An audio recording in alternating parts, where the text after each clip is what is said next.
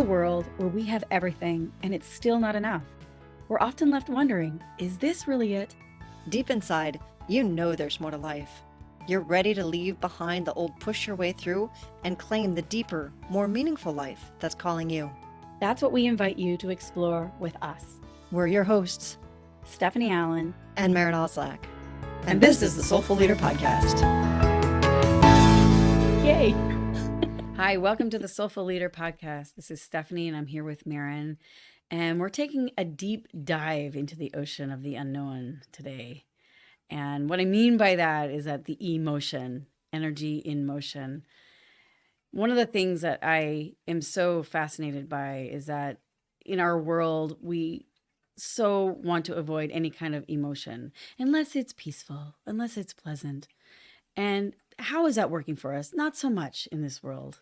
Well, we're taught that, negative emotions, anger, depression, sadness, like that they're bad, wrong, something, they need to be fixed in some way, mitigated, etc.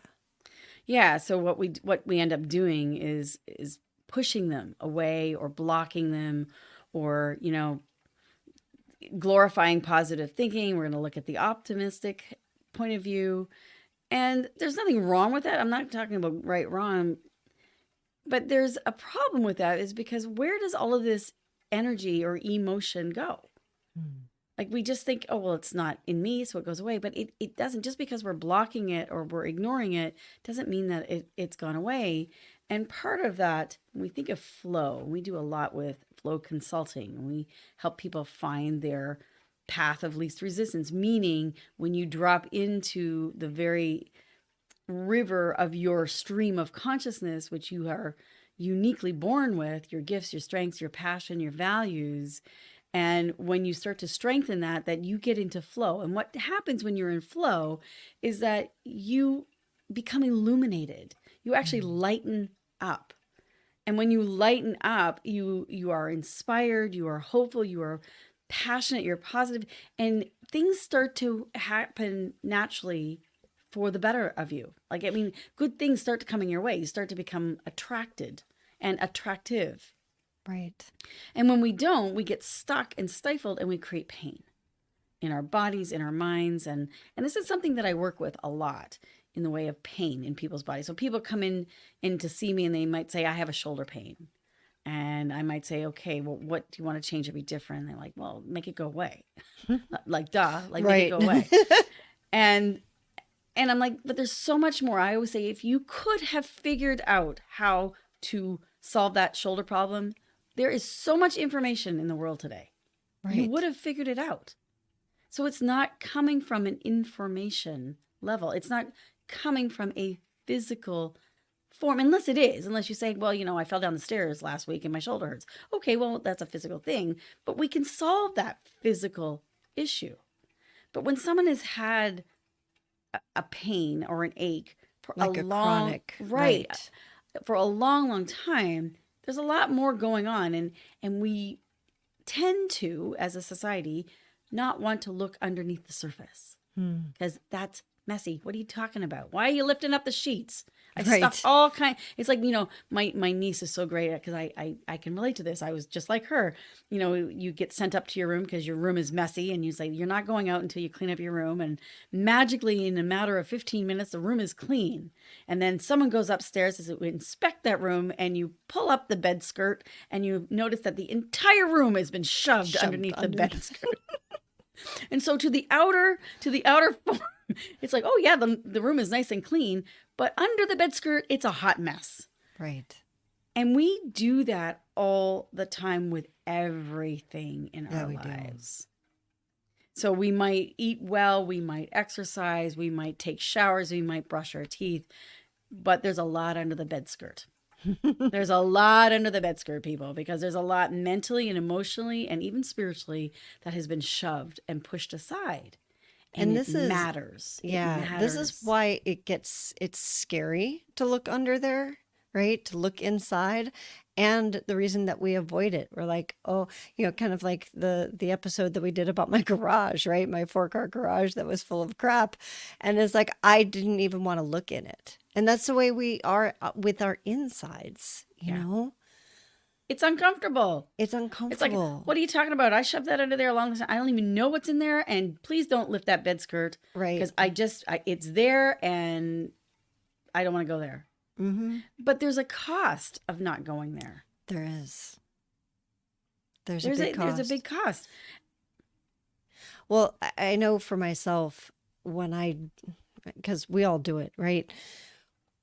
The cost is that it will show up in my body as pain or a random emotion like that just sideswipes me in a very inopportune time, right? When I'm about to give a talk or I am supposed to be, leading something and all of a sudden it's like I get grumpy out of nowhere. And I'll make up a story about why. Oh, that's because so-and-so said something, or I just got this. And it's really because there's all this stuff that's shoved under the hood, under the bed skirt. And maybe somebody's face looked, or a tone of voice came out, like I overheard a tone of voice that reminded me of, my 3rd grade teacher. And all of a sudden I'm triggered. Mm-hmm. And I make up a story about in the moment but really what was going on is I have all of this baggage under the hood that I haven't looked at. And so it's going to come up. And it does come up at really crappy times. And it's going to push itself out either as high blood pressure or, some sort of skin irritation or violently yelling at somebody like anger. Whoa, what did I just say? Or I can't take that back now. And that's so interesting because when we think I want more space in my life, I want more time, I want more energy. By the way, anything that you've put underneath the bed and the bed skirt is hiding, it's taking your time, your energy, and your space. It does. And if you want more, it's going to take courage. It's going to take self-love and compassion to go in and lift that bed skirt and go, okay, what the heck is under there? And there's some great treasure under there. Here's the thing. Yeah. I just had a wonderful client the funny part of it is that I have a lawnmower that's not working and it's just a small little lawnmower. And the part of my internal dialogue was going, no, I can't do this. I don't have time. I really don't even have time or energy to go and take it to have it fixed. Or, what? And then the other part of me was like, oh, I just really need a man in my life to go and fix my lawnmower. Poor me. Wah, wah, wah. And so instead of ignoring all of that stuff, I just sat with it. I sat with the uncomfortability and the sadness and the anger and all the icky stuff that I had. I love this. I'm going to interrupt you just for a second. So you said, we can go and look under the bed skirt. Mm-hmm. Here's the good news is you don't actually have to go look under the bed skirt because it's going to keep coming out and trying to goes looking for you. It comes looking for you. It does. And this is what happened, right? So you went into poor me, wah, wah. And you recognized in that moment of this is coming out. This is like something coming out from under the bed and reaching for you. Right? From a horror movie. Right. And then, rather than just running from it, you're like, no, I'm going to just be present to it. And I felt the loneliness. I felt the anger. I felt the sadness. I felt the fear of oh my gosh, am I ever going to be able to take care of myself? And when I didn't identify with all it, what I practiced was being a witness of that. It's like, if you can imagine sitting on your bed and then lifting up the bed skirt and all of those critters coming out and you're just watching them come out or looking at them going, oh, look at you go, loneliness. Oh, look at you go, anger. Look at that. And I was just in awe and amusement of them. But I gave them space and I freed them. So they are no longer underneath my bed. And I'm like, okay, because I had to feel them. I had to feel them. And it's icky. I know that. It's icky.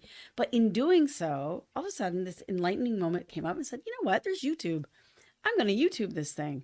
And so I YouTubed it. And it's like, oh, it's going to take me. Yeah, I'm going to look at how to fix my lawnmower, right?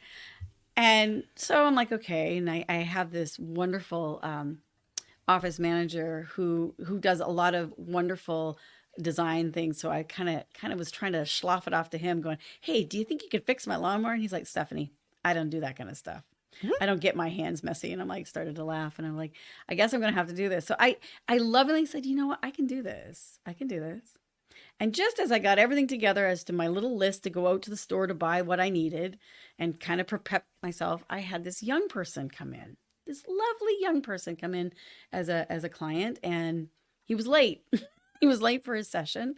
And I asked him why he was late. And he said, well, I was on my way and I saw that somebody had thrown out this ride-on lawn tractor. And he said, and it was brand, like, looked pretty good. He said, so I picked it up, took it home. And all it was a dirty carburetor. All I had to do was clean it out and it started up like a dream. He said, so I was just like, I was so involved with that. And he said, I think I can, tune it up and sell it for a good price. And I'm like, you just restored my heart in humanity. Because we so throw things out. And I'm not just talking about lawnmowers. I'm talking about people, relationships. Ideas, parts of ourselves, passions, dreams. We just toss them out to the curb thinking that, oh, well, next, or whatever. Instead of sometimes it just needs a little carburetor cleaning, which is like looking underneath your bed skirt and cleaning it out for a moment. Sometimes it just needs a little bit of that. Anyway, as he's saying this, I'm thinking to myself, I'm like, do you think you could fix my carburetor on my little tiny lawnmower? He's like, yeah, I got all the tools here with me. It took him 5 minutes to clean up my lawnmower. And then he mowed my lawn. And I'm like, wow, this is fantastic. And I guess I'm saying is like, as you start to look underneath your bed skirt and you start to see what's there are great gifts. There's great energy. And then literally, I believe that the universe wants to help you. If it's not yours to do, the universe really wants to help you and support you up to actually getting that done. And I had planned that, it was going to probably take me 3 hours, 4 hours. I had to get the stuff. It's going to cost me lots of money, take me lots of time. Wow. That's more stuff coming out from underneath my bed skirt, But I think that's the value of being able to look within. Yeah. And look within and clean out what's in the mind, the itty bitty shitty, the kakapupuness that I've referred to. But also to feel the feelings too, to not be afraid, because we do stuff them. And just because you stuff them doesn't mean they're gone. They're still wreaking havoc. And they take up space and they cause reaction. They cause inflammation. Well, and I love the witness that when you make space inside, oftentimes the solution shows up outside in a much more elegant way than you could have ever figured out or made happen yourself. Completely surprised and delighted me. Like, right. Like don't we all want more surprise and delight in our lives? Right. Like, it was a win-win-win all the way around. He came in, had a session, and I paid him to do my lawn, and he mowed my lawn for me. I was like, we got so much done. He was happy. I was happy. It was great. We so think that we're supposed to figure out and make surprise and delight happen. And that's not how it works. How it works is we actually trudge through the swamp of like what we've shoved places. And we go, you know what? I'm willing to look at it. I'm willing to look. And it's not easy work. And it's definitely not easy. And it's not comfortable. It's not comfortable. It is definitely not comfortable. And it will free up so much space and so much time. I think about this from a business perspective because, we're sold all of this stuff of if you just, do this for 30 days on LinkedIn, and if you do this and you have to, join this networking group and you do this, and everybody's got a solution for what's going to fix your business. And they're all things that work. How do you know what's yours to do and when? And what if it literally could surprise and delight you just like that, where the right thing would show up at the right moment and it's going to take you 3 hours less because somebody else is going to do it, and it's going to cost you less money because you didn't have to like figure it all out, all because you went in and did a little bit of inner work. And I say a little bit of inner work because it's always more overwhelming looking under the bed than it is when you start to actually go through it. Oh gosh, yeah. You know, the scary part is when you open, you open the junk closet and things start to And fall everything out, and falls you're like, out on top of you. no. But now it's out. Now you've opened the door, it's all fallen out all over the floor, it's spring cleaning, and you're like, okay, I can either just shove it all back in here, but it's going to take me as much energy and effort to shove it all back in than for me to then just sit with this and sort it and release it, Yeah, get rid of it. And sometimes, like this young person who found this ride-on mower on the side of the road for free, it took him, a very little time to go and fix it up with almost no money whatsoever. And he turned it around to make a really good pocket change. yeah, Really good money. For a 17-year-old, heck, that was a pretty good income. that's great. And it's a metaphor for ourselves too. It's like if you want to get energy, this is the best, and health and well-being, this is the best way. I've seen this happen when I work a lot with parents, and they're struggling so much with their child at home. Either their child is going through some sort of crisis. Well, what teenager doesn't go through some sort of crisis, right? That's when we start really stuffing stuff under the bed. But I mean, seriously, and that teenager going through that crisis is literally upheaving everybody's bed skirt in the house, because it's like what it Oh, it now triggers you're everything. oh it triggers everything. It's like, okay, the teenager is going through depression. Well, now it triggers the depression and everybody else in the house. That teenager is going through an existential crisis. Who am I? Why am I here? What is it? I don't know where I'm going. I'm unclear. It triggers an existential crisis in everybody else in the house.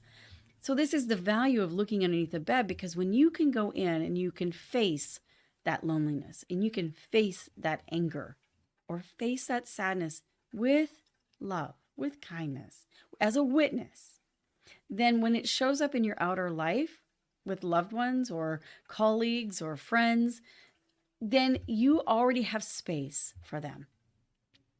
And Yeah, you you won't need don't to get fix triggered. them. You don't And you get don't, triggered. right. You don't take it on. You don't take it personally. And your heart is open so that there's enormous amount of love for that being and empathy without smothering them or without running away. Like, it's just so, so valuable. You know, we talked to Jeff Sanchez recently, and he was talking about having been bullied when he was younger. And if he hadn't done his own work with that, it's so easy to turn around and become the bully and or 100%. be triggered by somebody who's being, he jokingly, he lovingly calls, oftentimes we'll say, it's like we're the island of misfit toys, right? Where people can come together and support each other from that place and not get triggered, because Jeff is there as holding that space because he's done his work. Mm-hmm. He's looked at that part of himself, and he's not in a reactionary mode from it. Yeah. And for me, when I look at the leaders who are the best leaders out there, whether you're leading your family or, some neighborhood kids or whatever, it's coming from that place of, I have space because I've done my work. Mm-hmm. Even some, it's like, just like I said, it always seems much bigger and more daunting when it's just like the little kid who's scared of something under the bed, and when you shine the light, it's like, no, there's nothing there, right? Or, oh, it's that small little thing projecting on the screen. Isn't that a witness? We're talking about shoving stuff under the bed, and little kids are afraid of the boogeyman or the big monster that's in the closet. And this is what we're talking about. On an energetic level. We are literally putting things under the bed or putting things in the closet. There are monsters. And when you shine the light, like you said, Maren, all of a sudden they're just like a little ant, or they're just like a little, but it's amazing how something so small can actually create such havoc in our life. It's like an eyelash in your eye or a pebble in your shoe. It really can throw off your whole posture or your whole existence inside. I like to think of it as exposing the man behind the curtain in The Yeah, Wizard of Wizard of Oz, Oz. right? It's Hmm. like, wait, you're just the man. Yep. You know what? It's just a grumpy part of us that's Yeah. not who we really are. So we think of this like you said in businesses, in cultures. So we think about a positive work culture or a positive family culture or relationship culture or whatever we're speaking of. It's like if we when we say we you haven't done your inner work, well, what does that mean, right? The inner work. It means taking time to stop, look, listen, and feel Hmm. inside. Stop, drop, and listen. Is I to go inside and really go, okay, what's going on inside me? What's underneath my bed skirt right now? What have I stuffed Hmm. that's coming up? Not because I did something bad or wrong, but it's coming up because I'm ready and willing to actually face it. I love that. Can you repeat that? I don't know. Um, I think I can in the way of like sometimes when people come to me, they said, our last session together was really tough, and the next day I got up, I felt really sore, and I was in a lot of pain, and they're often very surprised with me because I'll say, "Wow, that's fantastic," and they're like, "What? I just told you I was in pain," and I said, "That means you lifted up the bed skirt, and you're looking at something that was probably painful for a long, long time, and now you have the space and the capacity to face it." Yeah. Which means you're ready. You're ready to move. You're ready to move to another level. It's like the old up leveling, right? Like you're gonna Yeah. level up. It's like, well, you die 100 times in the video games before you learn how to get to the next level. It's like that's our ego actually dying. It's like our ego has to keep dying and dying so that you can pick up the bed skirt and go, okay, you little boogeyman, where are you? Who are you? You little booger, get out here. I want to talk to you because you're wreaking havoc. And I And we got to love talk about this. the thing is that it really does come up because we have the tools and we are ready Yeah. to deal with it, to look at it. It just is that then we turn away and we keep running. So we think that we're not. Yeah, because a lot of times we don't know, not that we just don't know how, we also need others around us. This is why support groups are so amazing. I always say find your people, the been there, done that, got the t-shirt people. Yeah. Whatever that is and who have overcome. So, if you've been bullied, find a group of individuals who have overcome being bullied who are now loving themselves and loving others. Or if you're a cancer survivor, find a group that have transcended cancer and are living fulfilled, healthy, wonderful lives. Go be with them because they have something to offer and they have space and capacity to listen and to have empathy to be with you without trying to fix or change you. That's not what they literally will witness you. And this is what we need is we're witnessing the parts of ourselves that we made unacceptable, that we made wrong, that we made bad, we were ashamed of, and we shoved it under the bed. But it can't stay there. It needs to come up because it wants healing and it wants help. And it's ready. So if you're aware of the pain or the difficulties, the emotional, mental, spiritual things, it's because you're ready. And I Mm. would say, fantastic. Congratulations. And find find someone to talk to about it. Who has faced it themselves. That's the key. Who has faced it themselves. Because if you find somebody else who hasn't, who's also going through the same thing, sometimes you get entangled into each other's drama. Yeah. So you need to find someone who's a little bit more ahead of you on the path, whatever that means to you. And I would just invite if there are leaders out there who are looking for that, that's what we do is we work with leaders from the inside out Yeah, because that's who we are. That's what our area of expertise is. So we would love to talk to you if that's something that you're looking for. Certainly reach out to us and contact us. absolutely. You are so worth. Like I just want to say, it's like we are all worthy of Mm. being able to go in and unpack what's underneath our bed skirt.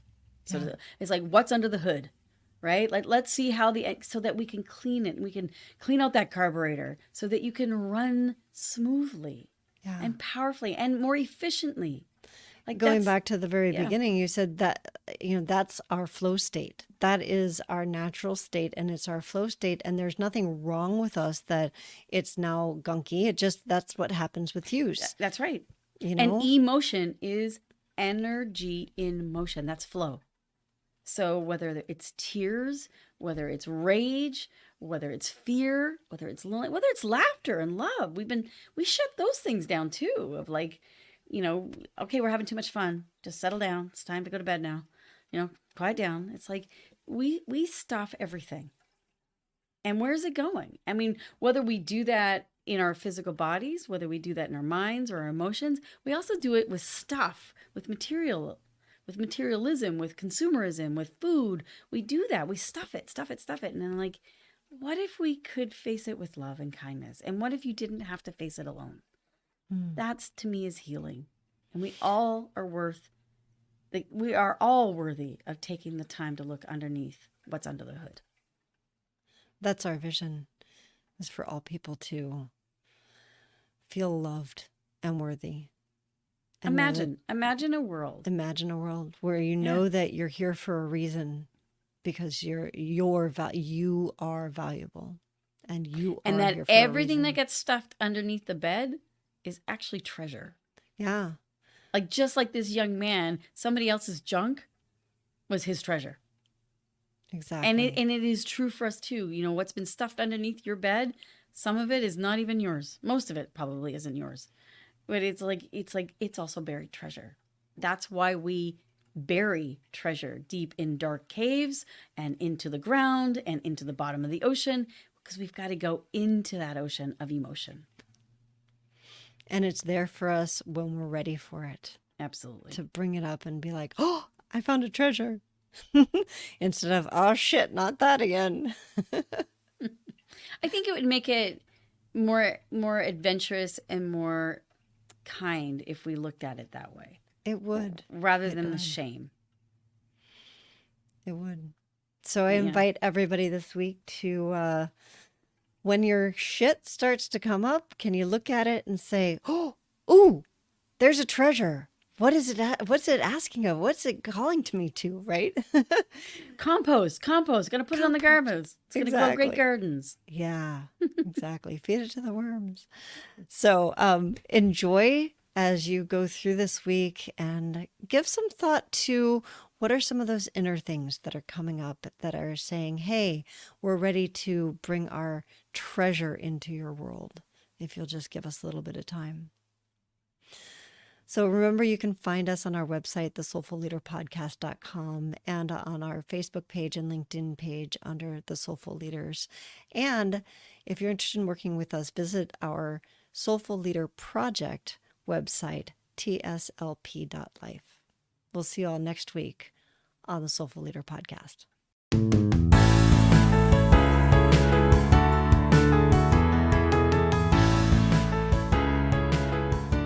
And that wraps up another episode of the Soulful Leader Podcast with your hosts, Stephanie Allen and Maren Oslack.